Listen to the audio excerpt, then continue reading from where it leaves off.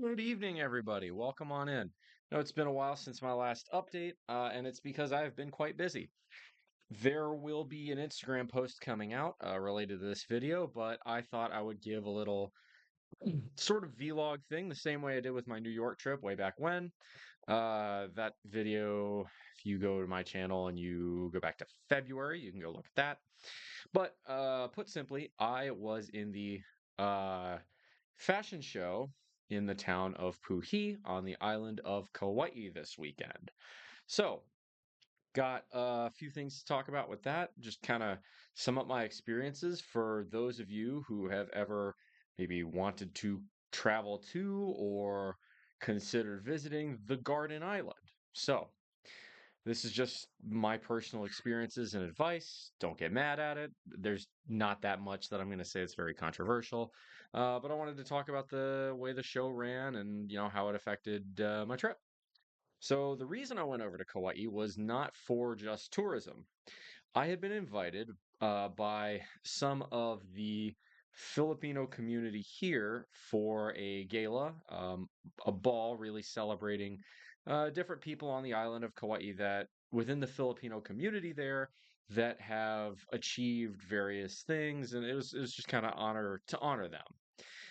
And that is certainly that's a very Filipino thing to do, right? The Filipino community in this state is massive.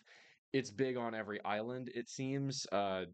It's quite strong in Kauai. Obviously, it's very, very big in Oahu. All you have to do is go to Waipahu to see that. But uh, they invited me at a dinner for actually a similar achievement style dinner here, and it was in Waipahu, funny enough, a couple weeks ago. But I took them up on the offer. They wanted me to be a sort of a hybrid guest of honor and also a show performer. So I did a runway walk or two in my suit and tie with my sashes as Mr. Supranational 2025. The sashes are over there. Y'all have seen them at this point. There's nothing new about them, but it was a really good trip. So Saturday morning, I got up early. Friend of mine was very gracious and gave me a ride to the airport. This is one that, thankfully, uh, tomorrow,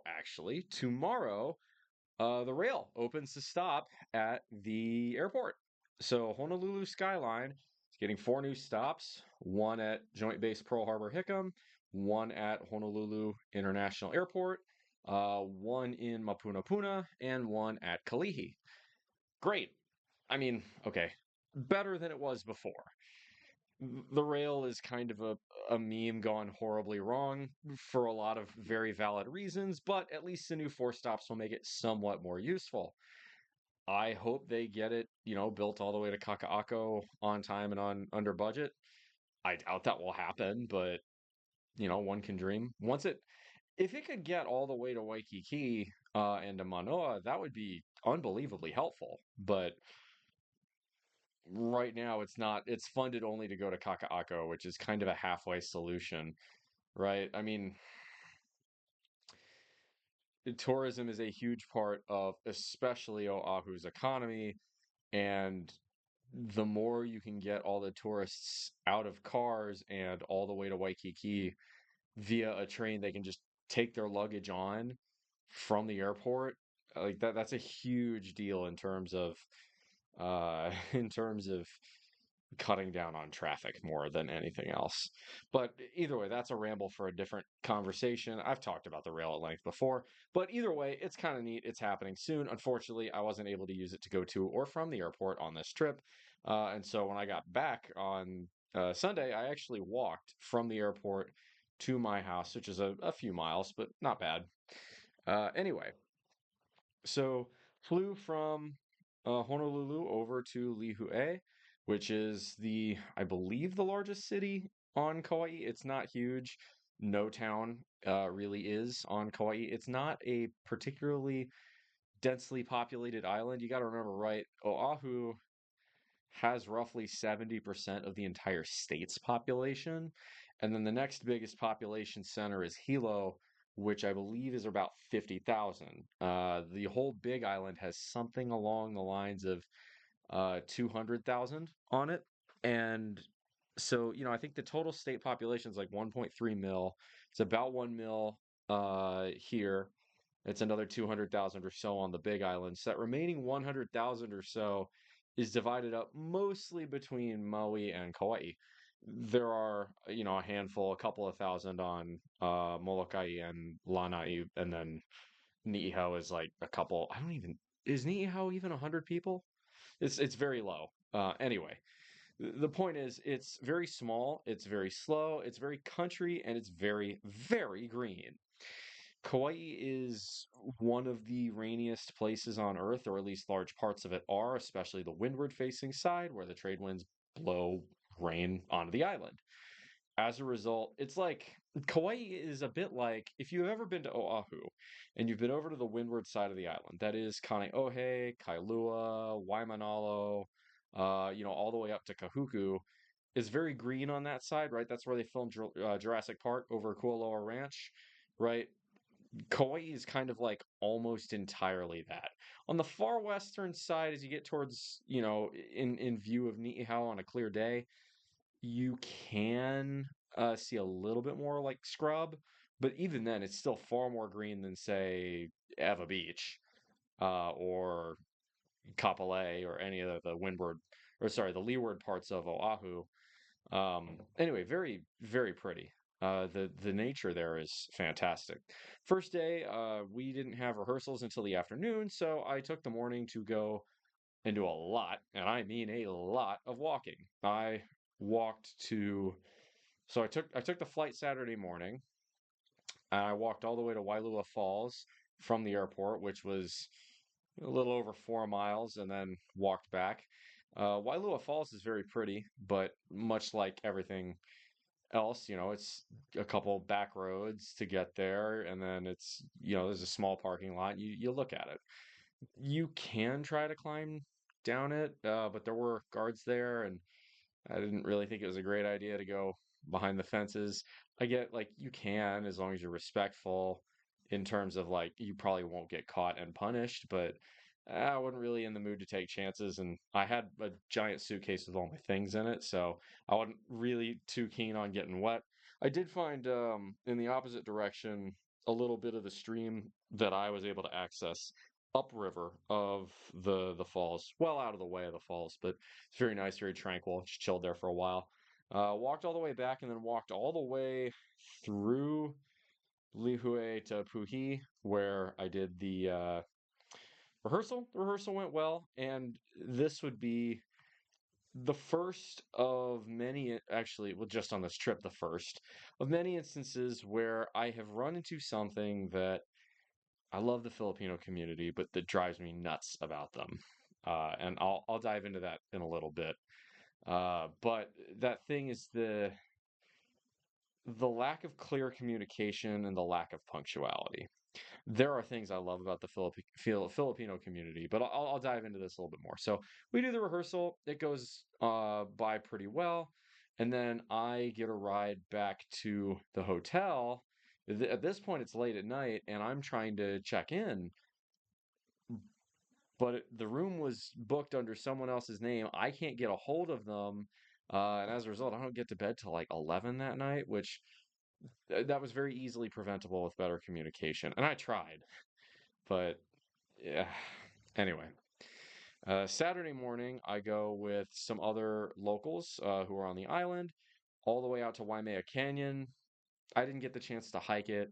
I will have to return to hike it because it is like Tallulah. It's like somewhere in between Tallulah Gorge in Georgia and the Grand Canyon in Arizona. It is immense. It is spectacular, and it's near otherworldly to think something that large can exist on what is relatively a very small island.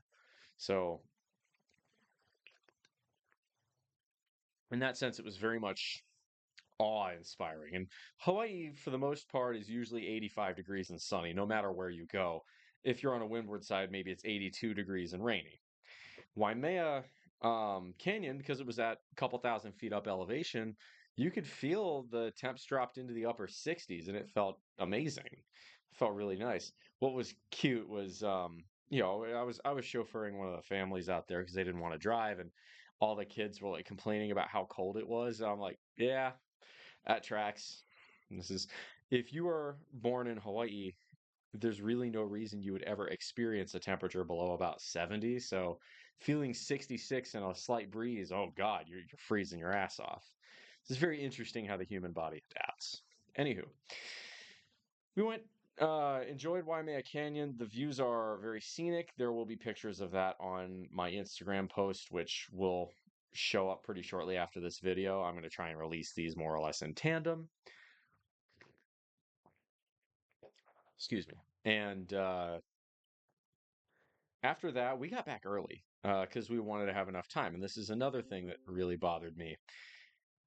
The we were asked to be there for the show, which was supposed to start at 5 at 2 for final rehearsals and setup and all of that. The people who said that weren't there until 4. FPT is a very real phenomenon. Anyway, the show itself went great. Oh my God, the food. Filipinos are fantastic cooks. Or maybe I just am a sucker for Filipino food, but lechon and pancit and all the rest, mm, just fantastic. And they had a kind of a pudding, like tapioca pudding with bits of ube in it, that was really good for dessert. I hadn't had that one before. I've had like halo halo and other Filipino desserts, but I hadn't had that, and it was magnificent. Anywho, the show went on really well. It had a lot of singing, a lot of dancing, a lot of cultural Filipino cultural acts, and they had me come out alongside a singer for one of the final shows. So she had her own title. I think it was Miss Hawaii Filipina Queen or something like that. But it was a fantastic time, and I was more or less just standing there and look pretty. I get it. That's what I'm here for. I'm the 6'3" model. They like tall white boys. Is what it is. Um, but we got along real well. The show went real nice. I got asked for a lot of pictures through the whole thing, and it just overall it was a good show. I ended up getting home fairly early that night, or early enough anyway, and then Sunday, the day after, everybody was just kind of either waiting for their flights out or trying to make a good day of it, which is what I did. So I packed all my things and I hiked the No Trail, or the Sleeping Giant, because when you look at it, it looks like a sleeping giant has laid down. You can climb the head, so to speak, of the giant.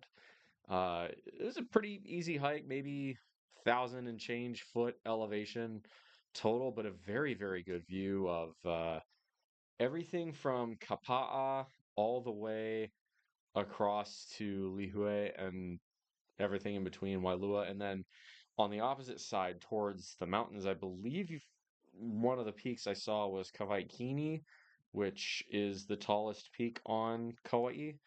At some point, I would love to go hike that as well. I don't know if it's possible, but I hope it is. It would be really cool. I've hiked Mount Kaala, which is the tallest peak on Oahu, and I've been to the top of Mauna Kea, which is the tallest peak on the Big Island. In theory, you can hike Mauna Kea, but that is a very, very, very, like, that's a multi-day operation, right? That's a 13,000 foot hike, and it's a shield volcano, so it's not particularly steep, but it's like, imagine a 6% grade for 13,000 feet of elevation. So you're talking, what, 200,000 feet of walking, which if you divide that by 5,000, it's several dozen miles. That's a lot.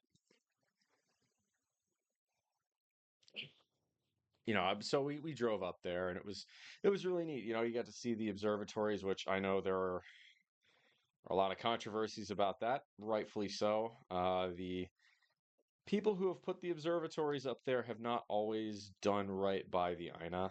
I'm not really gonna dive into that topic here. That's well beyond the scope of this channel, and is something I would much rather go recommend listening to Kanaka Maoli on that one. Uh, I'm not the right person to talk about that. But either way, it was really cool being up there. The view is amazing, and the air is very crisp. What's wild is there's a lot of flies up there. I don't know what they would feed on most of the time, but I noticed that. That was interesting. Anyway, as far as the rest of the trip was concerned, I spent the rest of my day walking. I walked all the way up past Kapa'a.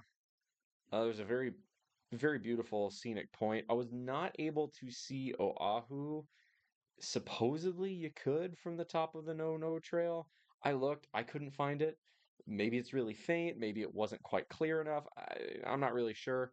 It's about 100-mile distance, so it would have to be exceptionally clear to be able to do that. I mean, I know if you go to Makapu'u Point at the right time, and it's clear enough, you can see Maui, which is about the same distance, but that's because Mount Haleakala is what? It's like 12,000 feet tall. It's almost as tall as the ones on the Big Island. So I don't think, right, Oahu doesn't have any mountains that are that tall. Uh, anyway, yeah, so I walked up through Kapa'a, checked out a few local businesses, got some great other food.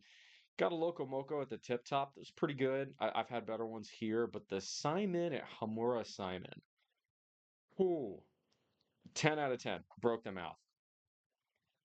There are some good Simon joints on Oahu, but man, that one was a proper old Hawaii Simon joint, right? There's one little portable AC unit in the corner. It all kind of looks like that mid-century sugarcane plantation kind build in terms of the architecture, and it's a couple old ladies running the Simon shop, and damn if it wasn't one of the best Simons I have ever had.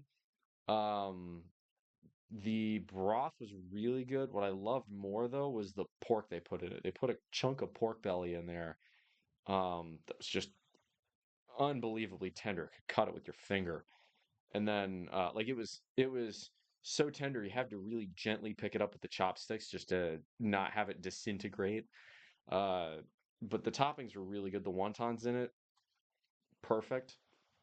And then I got it with a barbecue chicken skewer, which was fabulous, and this lilikoi chiffon pie.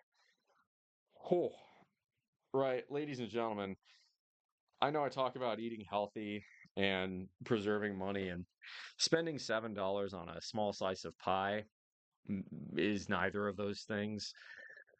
But life is short, and when are you going to get the chance to do that again? One of my brother's friends used to live in Lihue, and he told me, "Yo, you got to try that pie." Oh, it was excellent. 100% worth every calorie. Given that I walked something like 40,000 steps that day, it was like some crazy number. Seriously, I think it was 39,000. Uh, I burned it off and then some. But yeah, it was good. Otherwise, I was able to get a slightly earlier flight back home, and then just walked home from there. So it was a really good weekend. So Kauai, few takeaways. It is a nature lover's paradise, even more than people say it is. If you like hiking, Kauai is wonderful. If you like the beach, well, really any island is wonderful, but Kauai's got plenty of great beaches. Um, I ended up napping. I ended up taking a nap on one of the beaches at one point. That was nice. But if you like the small town vibe, then Kauai is fantastic. It's very good for R&R. I guess I'd put it that way. Like if you know, yeah, there's a Costco, but that's about as big and happening as it seems to get there. There's a handful of bars in all the small towns, but it's very much very laid back, very chill. Uh, and I appreciate that. There is so much more hiking that I want to do there. Like I really just want to return to do more hiking. I could spend God, and I didn't even touch the Napali coast, which is one of the biggest attractions on the island. I didn't have the time. It's a place I just want to go hike there some more because the views are stunning. The nature is stunning. The weather is perfect. The people are friendly. The people reminded me there of the best parts of Hawaii meet the best parts of the deep south. You've got that laid back, slow Polynesian hits the small town deep south feel. It just in the best possible way. Uh, so shout out to the spirit of aloha alive and well in Kauai. I will tell you that much. Fantastic people. Uh, and it's real nice. It's mellow. Don't I'll say if you go to Kauai, don't expect anything to go quickly. Even the speed limits on the biggest roads there, you might hit 50 miles an hour, maybe. For the most part, they're like 35, 40. You're very much if Oahu is island time to the mainland, Kauai is island time to people on Oahu, or maybe even to people on other outer islands. But it was really fun. I have nothing but good things to say about the island. As for, I took a few notes on this after spending a lot of time interacting and waiting with the Filipino community, both on Oahu and on Kauai. And this all comes from a place of love because there's plenty of dumb shit we Hales do as well. Okay? So there's nothing but love. I want to talk a little bit about my observations of the Filipino people in the state of Hawaii. Number one, and this goes at the top of the list, when they are hospital to a fault almost. They are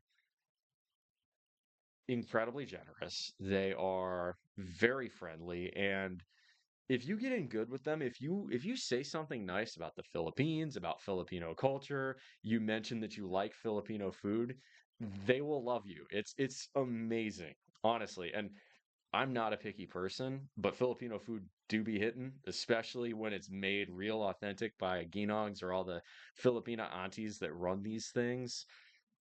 Oh, it's amazing eating. So I will say, having lived in a border state before, the state of Texas and the state of California, actually, I see a ton of resemblance between the Filipino community in Hawaii and the Mexican community in the mainland, or in particular, Texas, California, etc. What do I mean by that? Well, off the top, they're both two very family oriented countries. The families tend to be on the larger side. Everybody's got uncles, right in Mexico, it's your tias and your tios. It's your uncles and aunties out here. That's more of a Hawaii thing. Everybody's an uncle or an auntie. I've been called, actually, this is the first trip I got called uncle, which I was very happy about. I felt like that was a badge of pride right there. I'm like, hell yeah, I'm 30. I'm a man now. I have been called uncle at least once in my life. Hell yeah. But is very family oriented. It's also very Catholic. That there's always every time before a show starts, there's always a big get together for the prayer and invocation. And right, I'm Catholic, so I vibe with that very heavily. Works out pretty well there. You get in the same way that you have Spanglish or even Hawaiian Pidgin, there is sort of a Tagalog English hybrid that you'll hear a lot. And once you figure out, if you can start picking up little bits and pieces of Tagalog, you can almost figure it out. But much like, maybe it's just me as an English speaker, I feel like they talk very quickly. That also, there's a big difference here, I want to say. Uh, there is a big difference between, right, Filipinos and Mexicans is one other similarity, right? Filipino and Mexican is a catch-all term. The Mexico is officially the United States of Mexico, right? The United Mexican States is one of those two. The reason for that is that Mexico is an incredibly diverse melting pot of different people, right? You have the indigenous people that lived there before 1492. You have the Spanish who moved in. You have people who moved in from Africa and the Caribbean in the days of slavery, and then after the days of slavery as well. You have different tribes too, right? The Maya, for instance, were concentrated in one part of Mexico, whereas in the far north, you've got, I think, the Apache, um, the what's that? There's a big one in Arizona that goes into New Mexico as well. I apologize. I'm not good with my Native American tribes. I should be better at that. Navajo, maybe? It could be Navajo. Anyway, the point is right? You've got a lot of that, but much in the same way you have that phenomenon occurring in the Philippines as well, right? You have the Spanish settlers, you have whites that moved into both the Philippines and Mexico and mixed with the heritage there. Not necessarily Spanish, but also sometimes Spanish. You have indigenous people there. You have uh, settlers from different nearby countries, right? In Mexico, it's a lot of Caribbean. In the Philippines, there's a lot of China, Southeast Asia, Vietnam, Indonesia, Malaysia. And you can see that play out in different regions, right? The Philippines is a huge, it's not, by landmass, is not the biggest country. However, it's a huge number of small islands. And before modern technology, before the Industrial Revolution, a lot of those islands were disconnected from each other. In effect, they were their own little nations.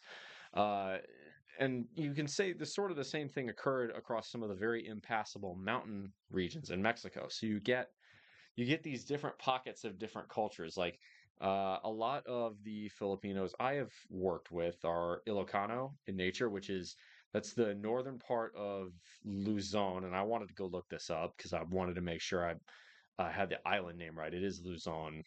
Um, and it's sort of like the north coast, kind of north of Manila.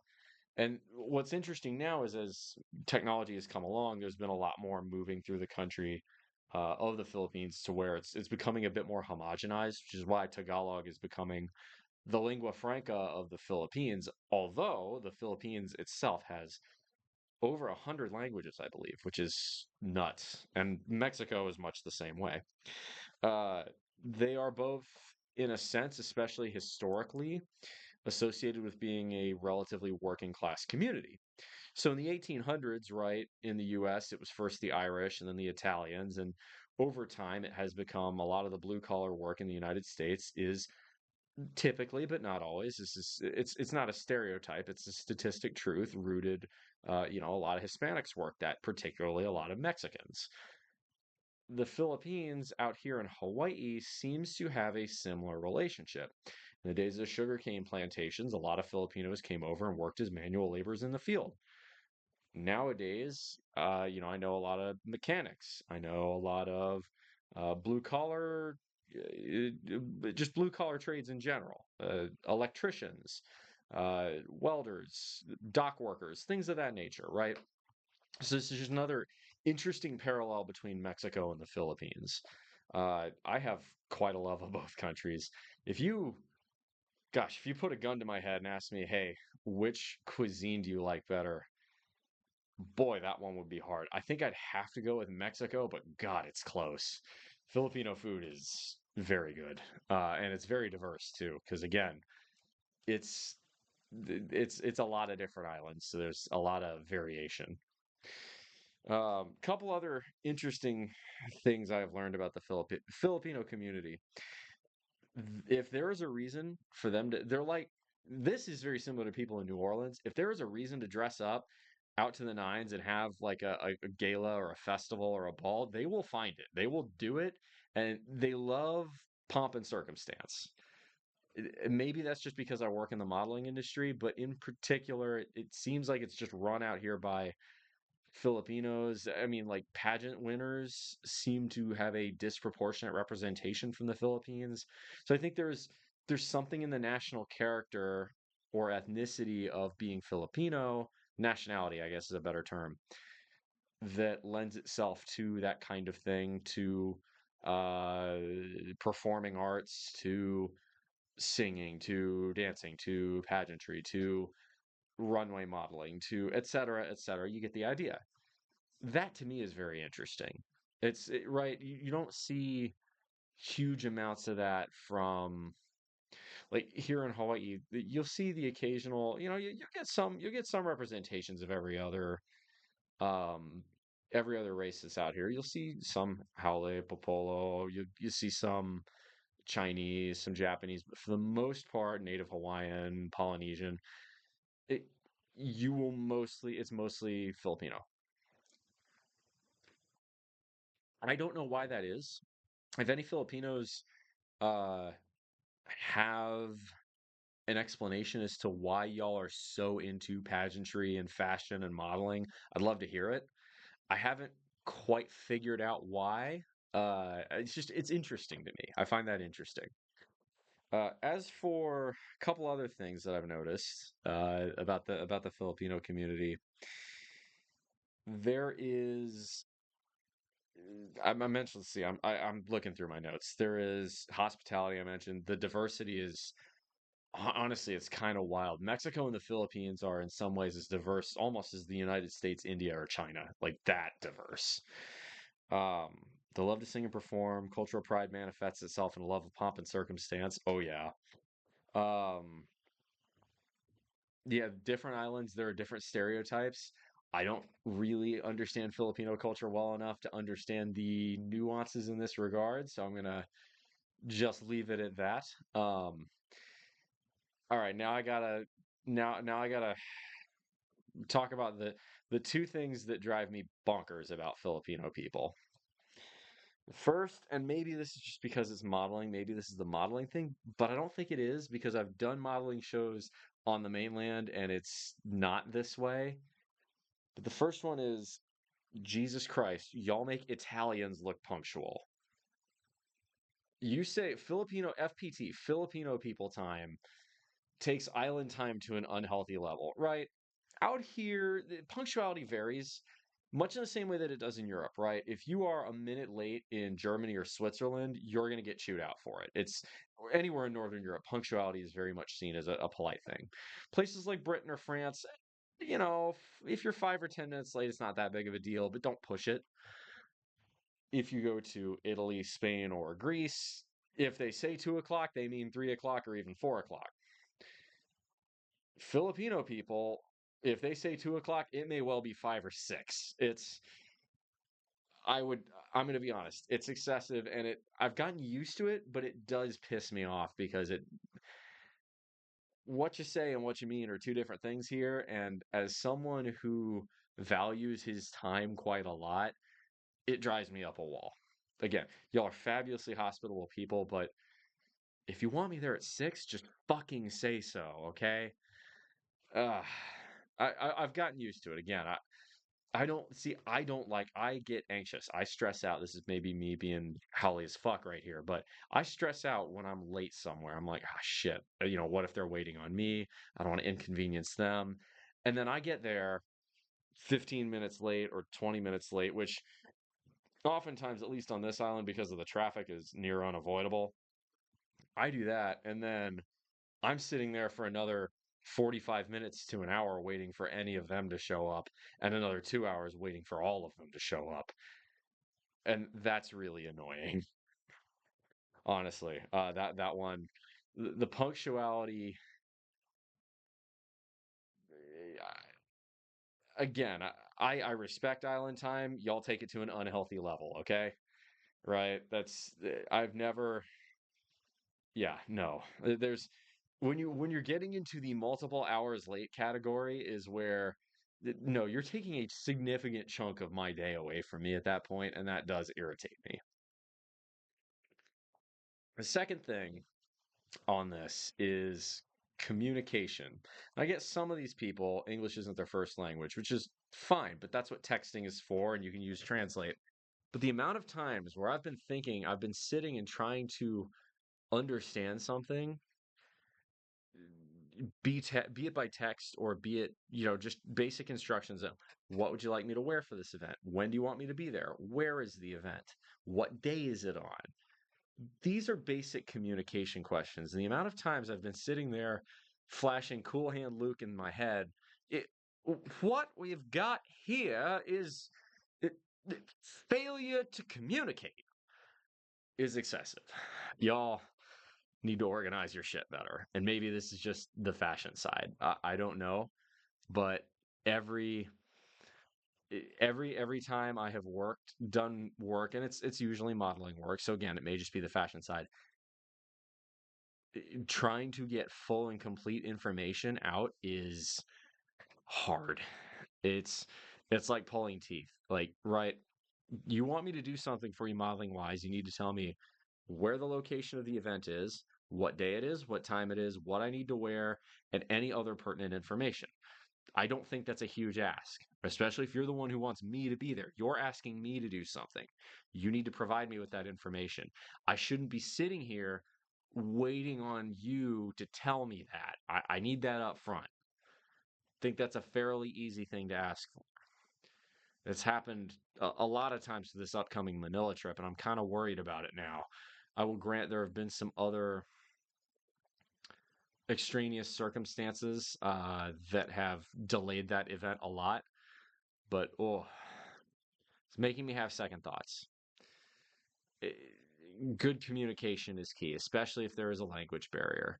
It's better to over communicate than under communicate in this instance, and y'all tend to skew on the side of under communicating, and that's not, if you combine under communicating with a lack of being on time, it results in being very inefficient and disorganized, and modeling shows become even more organized, they become even more disorganized chaos, I should say, than they already are.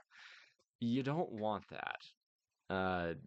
So I don't know, maybe it's just, again, the modeling people I've worked with, but it just seems like y'all need to organize your shit better. I don't know if you need to get someone specifically to do that for you, or if you need to figure out how to do it yourself, but the way you operate is extremely inefficient. And then the final one I'll say is there is a tendency, not always, but a lot of the time, to overpromise and underdeliver.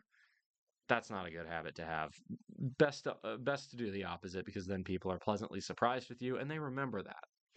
That's why a lot of the times modeling producers, directors, casting call, people at casting calls always kind of think, oh yeah, he's all right, he's tall in the photo shoots I set out. But then they see me in real life and they're like, oh my God, this guy is fucking jacked. And it's a very good, when you it's hilarious. There have been times like New York, I took my shirt off. It's originally a black shirt, as a casting call is. I took it off at the instruction of my, to his credit, Filipino uh, modeling director, and it was like a switch turned on all the judges' faces for the casting call. They're like, "Yep, we want him." I didn't even, like, I could see it in their face. They wanted me before I even took my first step. The second the shirt came off and they saw the six pack, you're in. Easy as that. But those are three minor things. And there's, again, plenty of stupid shit or annoying shit I do or that white people do in general. So you take that for what it's worth. But y'all are good people, and I enjoy working with y'all. Mostly, sometimes can get a bit stressful around the poor communication here and there, the lack of organization. You can get a little chaotic, but it's always a good time. It's always a lot of laughs, a lot of smiles, and dear God, y'all can cook. Holy moly! Ah. Anyway, that's all I had for this one. I have, God, let me see here. I've got a lot of other videos to make. I will be doing more of that as my day allows. I can really only crank out one at a time these days, thanks to constantly having to be at work and not getting paid. Gee, thanks, Congress. Yeah, that one. I'm not going to go on a shutdown rant. This video is long enough, but you can imagine how that's making me feel. But it's out of my control, so don't worry about it. I have enough to get by, but it's just annoying. It's inconvenient for me. It's actually a serious problem for other people, so I won't complain too much.